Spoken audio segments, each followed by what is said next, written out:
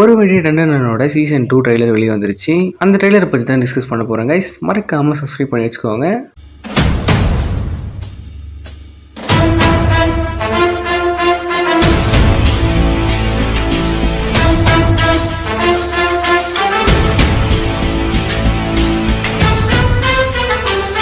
கடைசியாக எங்கே விட்டுருப்பாங்க அப்படின்னா, அந்த அக்கா பையனோட வீட்டுக்கு போகிற மாதிரி தான். அந்த அக்கா பையன் வீட்டுக்கு போகிற போது என்ன சேட்டிகளாக நடந்துச்சு அப்படிங்கிறத ஃபைனல் எபிசோடில் பார்த்துருப்போம். உண்மையாலுமே ட்ரெயிலர் நல்லாவே செதுக்கியிருக்காங்கன்னு தான் சொல்ல முடியும். அதாவது அந்த அக்கா பையனுக்கு ஒரு பவரை கொடுத்துருக்காங்க வேறு. நெத்தியில் ஒரு கண் வேறு இருக்குது கைஸ். அந்த கண்ணை வச்சுட்டு அவன் என்ன சேட்டெல்லாம் பண்ண போகிறான் அப்படிங்கிறது தெரியல.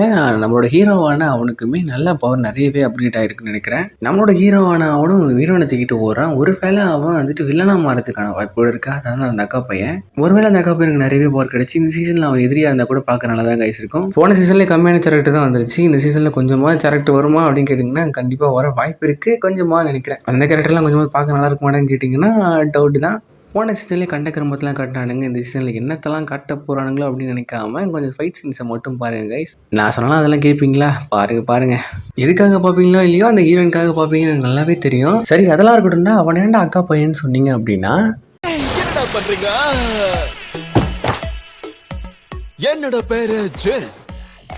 பொண்ணுங்க என்ன சேச்சின்னு கூப்பிடுங்க. இந்த காரணத்தினால தான் அவன் அக்கா பையன்னு சொல்லியிருந்தேன். இது நெட்ஃப்ளிக்ஸ்ல இருந்து ப்ரெசென்ட் பண்ணுறாங்க. அதாவது ஜூலை 3 ரிலீஸ் ஆகுதுன்னு நினைக்கிறேன் கைஸ். இது மாதிரி அனிமேட்டடான அப்டேட் தெரிஞ்சுக்க நம்ம சேனலை சப்ஸ்கிரைப் பண்ணி வச்சுக்கோங்க. சப்ஸ்கிரைப் பண்ணால் மட்டும் போதுமா கைஸ்? லைக் தட்டி விட்டு கமெண்ட் போட்டு விட்டு போயிடுங்க. அடுத்த வீடியோவில் பார்க்கலாம்.